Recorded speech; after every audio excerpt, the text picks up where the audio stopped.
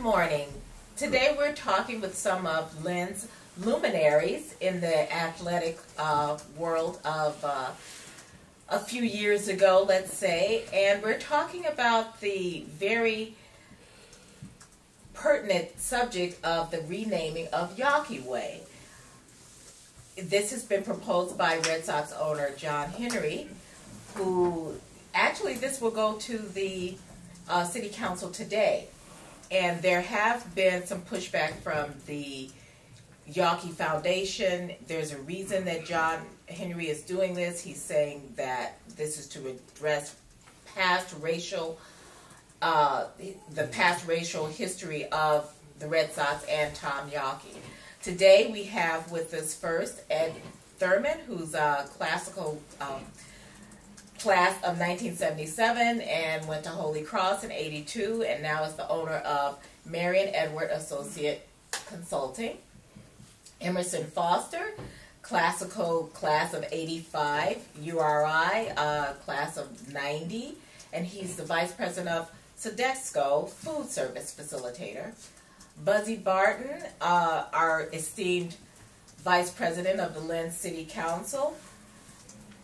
Lynn English, class of '72, and finally, last but never least, David McCoy, class of '72 in English, and Northeastern University retired Sheriff's Department, where he was the operating supervisor.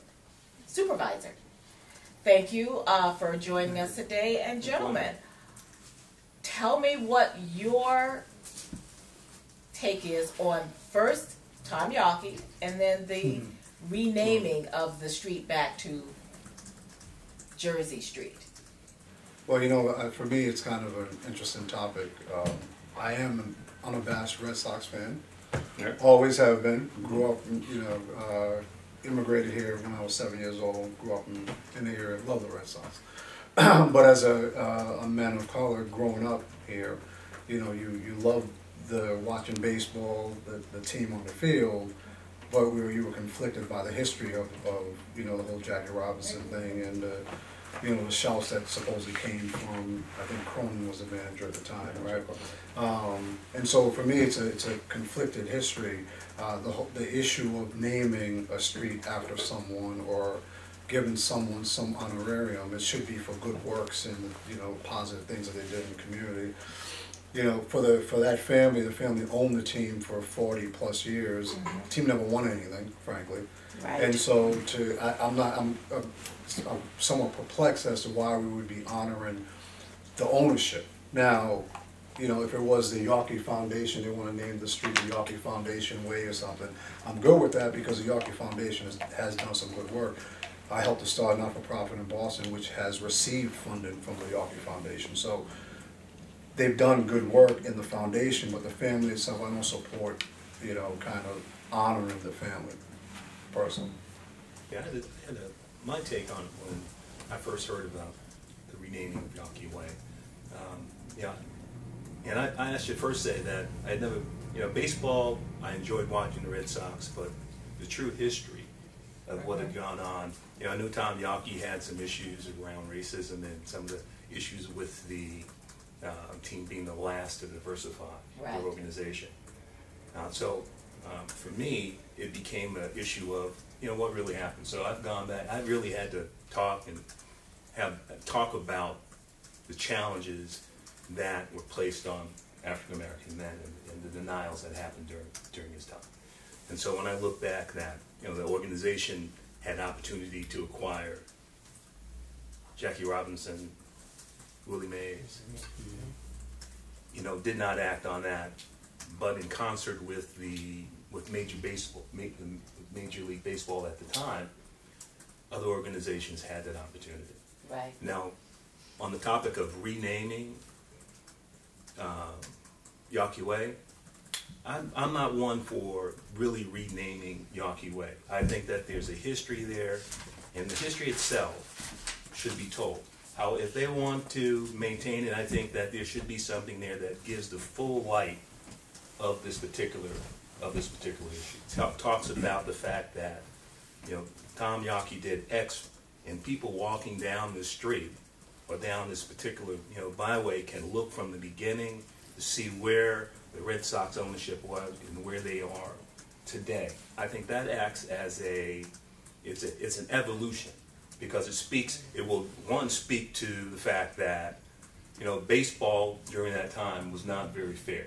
Right. Even today you have sports in certain positions where, they have the Rooney Rule in football, for instance. You have to put that in to get an opportunity for a head coaching position. So you still have some of the same roadblocks, but different. They're hitting different areas. Right. So I think there's a historical aspect, and people coming into that community and looking at that street should be able to hear it. What did the Red Sox do? They denied certain players. The history says from the foundation that they have, tried to acquire African American players from 1950 to 59, saying that they recruited a player, but they were denied. Transactions with Philadelphia, St. Louis, they did not, they fell through. So they, who am I at this point to say, well, that was a front? To me, I think, the new owner came in and has tried to put his stamp on the situation. I think he's gone really out to extend or add value to his brand, because the Red Sox, they do represent a brand. Should he be allowed to turn around and remove a bad memory, a bad thought? The thoughts I think that we share as being a little bit older, our kids don't share the same thing, because an effort has been made for change. Has the change come as quickly or as thoroughly as we would like, or no? It never seemed to be, and I think that's evident just with us growing up. We all grew up right here. We can see some of the changes that have gone through. I mean, Buzz and I went to high school. It was Miss Wilson the only minority teacher. I mean, look at Buzz. How many years was he on the fire department? With very, very limited, people getting access to. For us now to look at a gentleman who's turning around to trying to expand that openness, access to Fenway Park, okay, and when you look at it too, you're looking at hockey being played there, you're looking at football being played there, you're looking at concerts. He's trying to create his own brand. Do we turn around and say he's turning around and bringing a product that turns around and includes everyone? It's not a thing where when we were growing up, you didn't feel as though that you were welcomed at Fenway Park to watch the Red Sox. You know what I mean? So that's a little bit of my thoughts on that. Right. I know Ed spoke about, when he was a kid, everybody rooted for the Red Sox and stuff, but not everybody rooted for the Red Sox, okay? I was not a Red Sox fan at a young age, but as I grew older, I became a Red Sox fan because times have changed. As far as renaming the street, I'm dead against that. My mother and David's father were big in the civil rights movement, and I don't believe that they would have wanted the name to change. They'd like it to stay. They would have probably liked it to stay the same as I would, because I think it's something that you can talk about to these young kids. I did a lot of coaching, in high school level. I coached boys basketball, girls basketball, and I was always educating kids on things. And I mean, if you do away with all these things, how do you tell them what went on? Right. I think it's important. Yeah, the one thing I would say is, well, a couple things. One, Ed mentioned evolution, and again, I'm a firm supporter of changing the name, just from the standpoint of honoring the family, because I don't think the family evolved. I don't think Gene Yawkey evolved. No. You know, when you understood what happened with Tom Harper, with that whole Winter Haven piece, they didn't stand up, didn't back him. Right. Really, you know, impacted his career. And so there was no evolution there, Eddie, you know what I mean? The other piece is, when you think about it, you mentioned this uncomfortability of going to the park to watch a game. You imagine, you know, the scores of black and brown folks in the state that could have worked at Fenway, that could have made a good living to support their family. We know about the income inequality within the state. The Red Sox is a big engine, you know, within the state. Didn't provide a lot of opportunity to people that look like us, you know what I mean? So I'm not a fan of supporting any of that, you know, and I think I go back to the good work, and I do agree with you, Buzzy, you know, that story should be told. The history shouldn't be wiped away. I understand that, but let's find a way to tell their story in a different context with a man that didn't support him. You follow me? Oh, I do. In fact, that was going to be my next question, because if they decide to change it, what's next after that? Whether you change it or not, what's the next move? Because saying that this is going to make it more inclusive doesn't necessarily do so. You know, what's the next move that's going to come? What would you like to see them do, if whether this is changed or not today? What would be the next step to make it more inclusive? You know, who would you name it after? It would probably be mine. I mean, they've talked about Jim Rice, and when we talked about the Red Sox, right?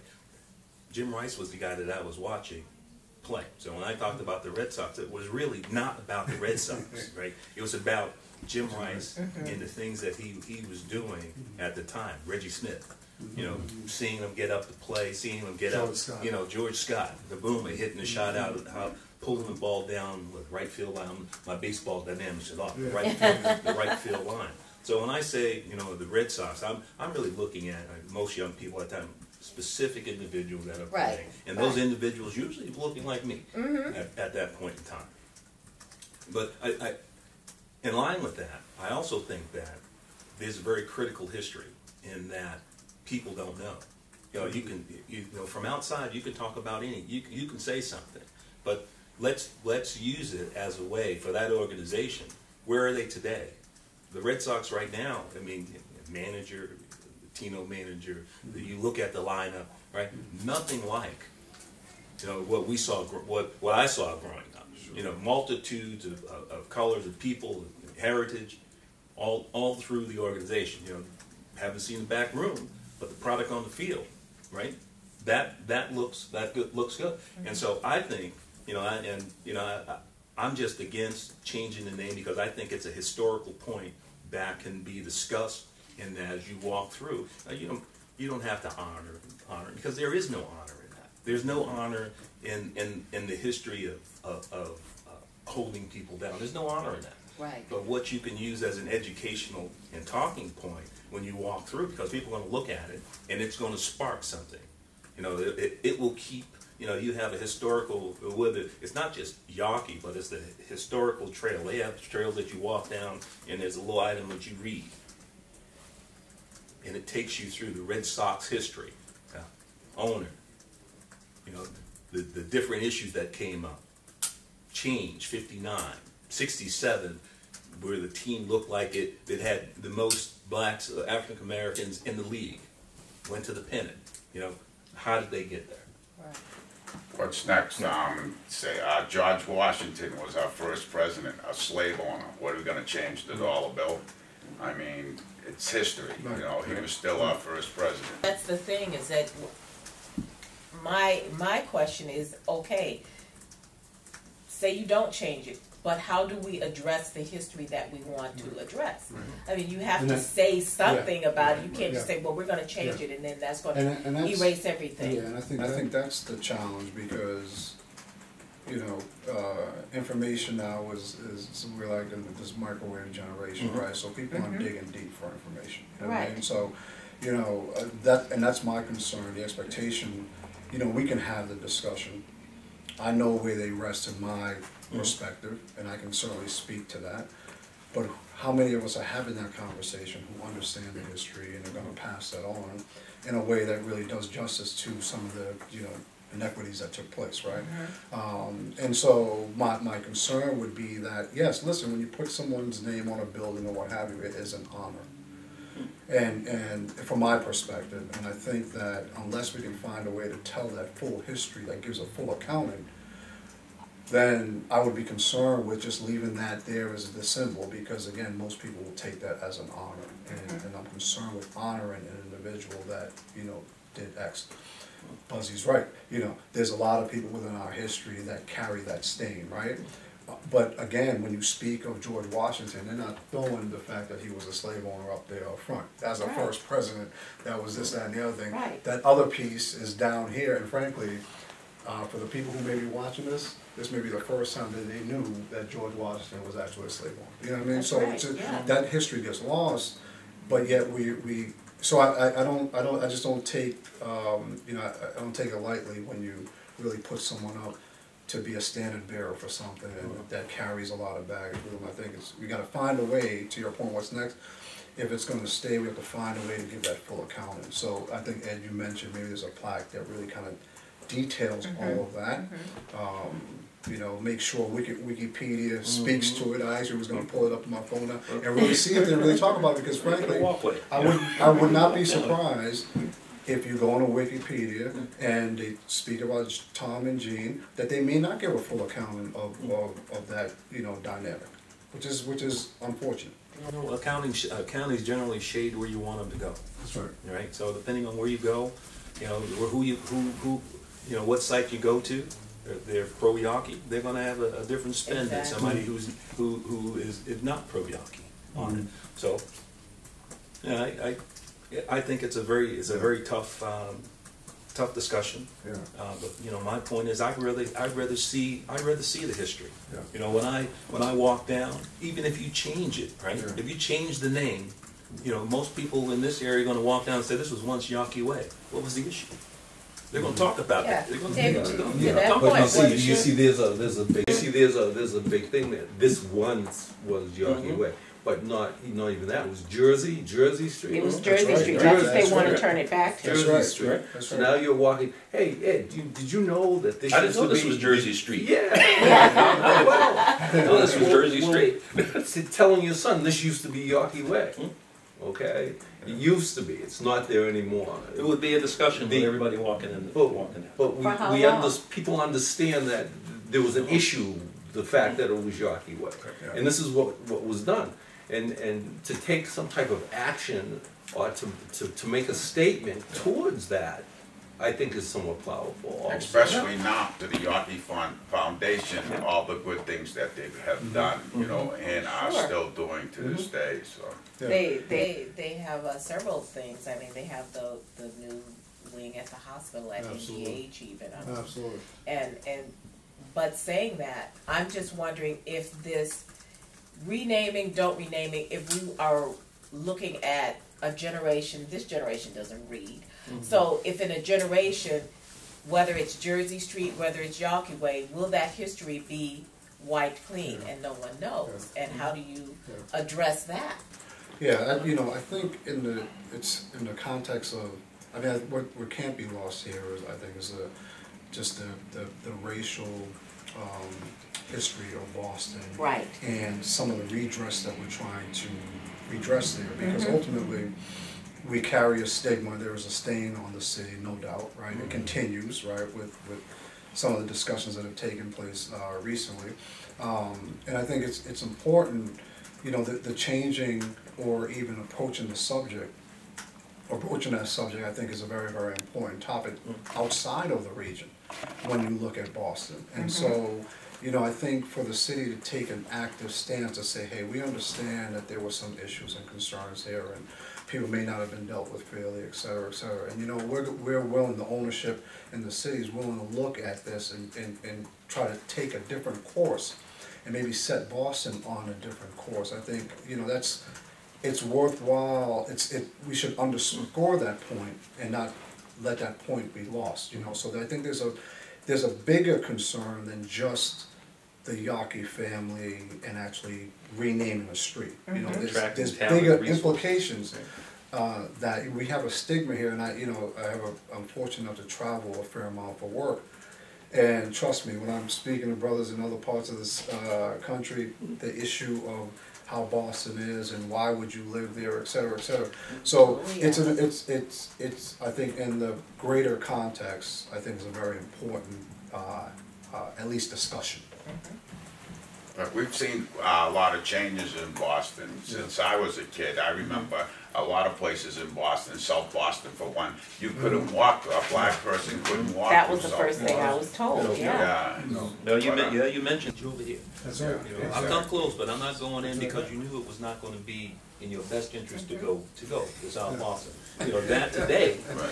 That today. I mean, I'll say it was I've used it my best interest to be there. But today, you look at South Boston, you look at the changes, you look at the homes, you look at the people who are living there. I'm working in, I said, where you living? South Boston. I'm down on the water.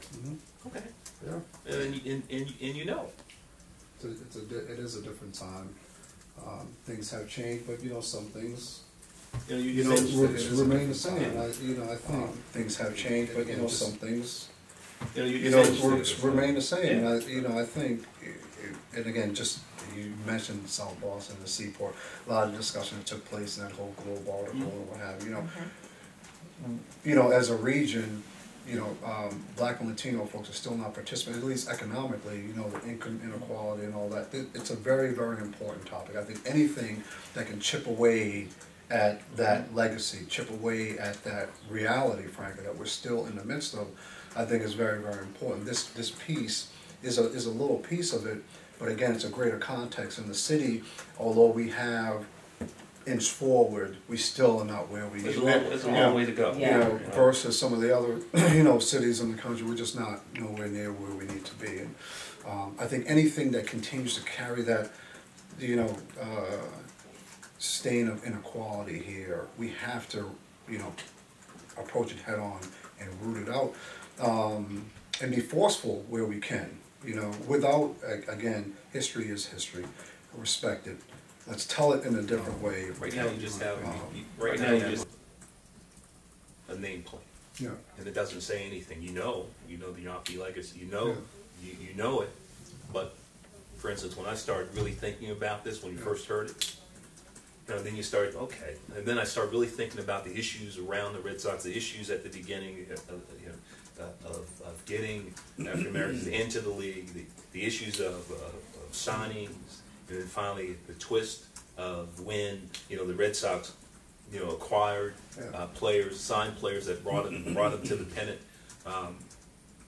and then the other thing for me, and you keep talking about it, it's the whole piece. It's during that time, there were places that things that you just wouldn't do.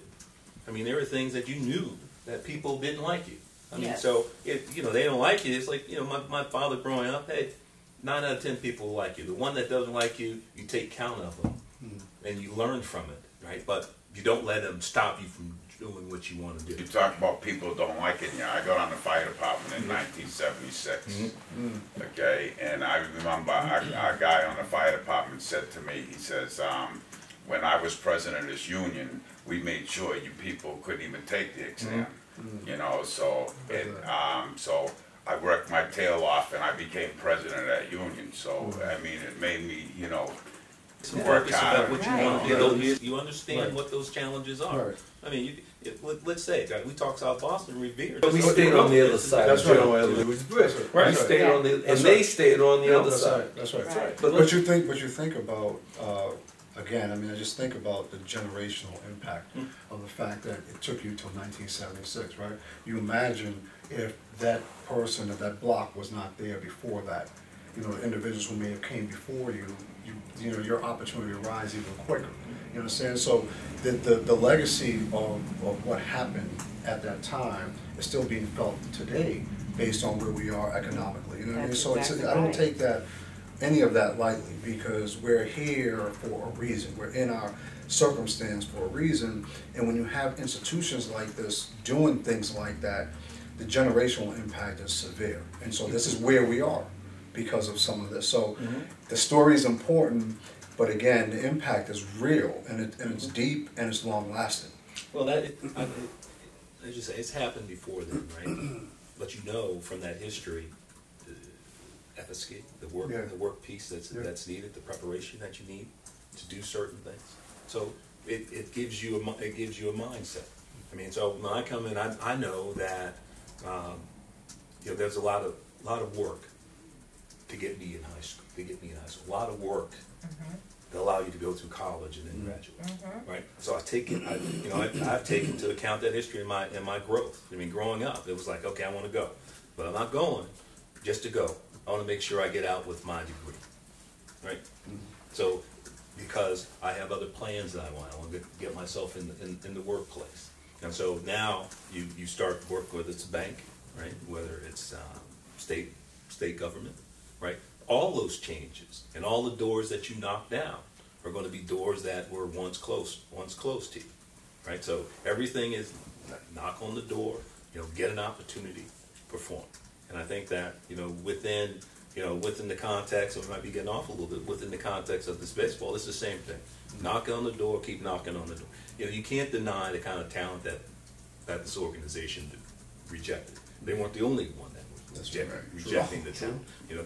There's a lot to be said. A lot to be said. So, evolution for me is like, okay, when I knock down the door, that's evolution. I'm coming through, and I want people to know what that history piece is. I've done, when I look back on it, they had Jim Rice who spoke glowingly of Yawkey, right? So you had Jim Rice, Louis, who's our pitcher? Tim, spoke glowingly of the family. And so with that, these are two guys, one from the South, one from the island. What was there that would have them say, okay, I like and I respect everything. What were the issues? What were the undercurrents that this man showed that would have them say, I can respect them? Yeah. And so that confused me. I'll be honest with you. So you don't take umbrage with people's perspective, because people have their own. You have your vantage point. So I don't claim to speak for a whole group of people or race of people, what have you. These perspectives are closely held, and this is what we feel intuitively, right? And so I would never take umbrage with Jim's perspective or Louis Tion's perspective, or same. I wouldn't take umbrage with Tommy Harper's perspective, which may be a little bit different than the two of them. But it's interesting. When I think about baseball, and again, I played baseball in the city of Lynn. Baseball was my first love. I played football kind of on a whim almost, but baseball was my first love, and still is. At the time, African Americans played baseball.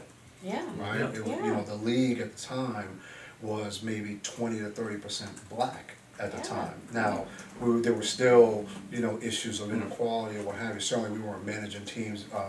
Frank Robinson managed the Orioles in the early 70s.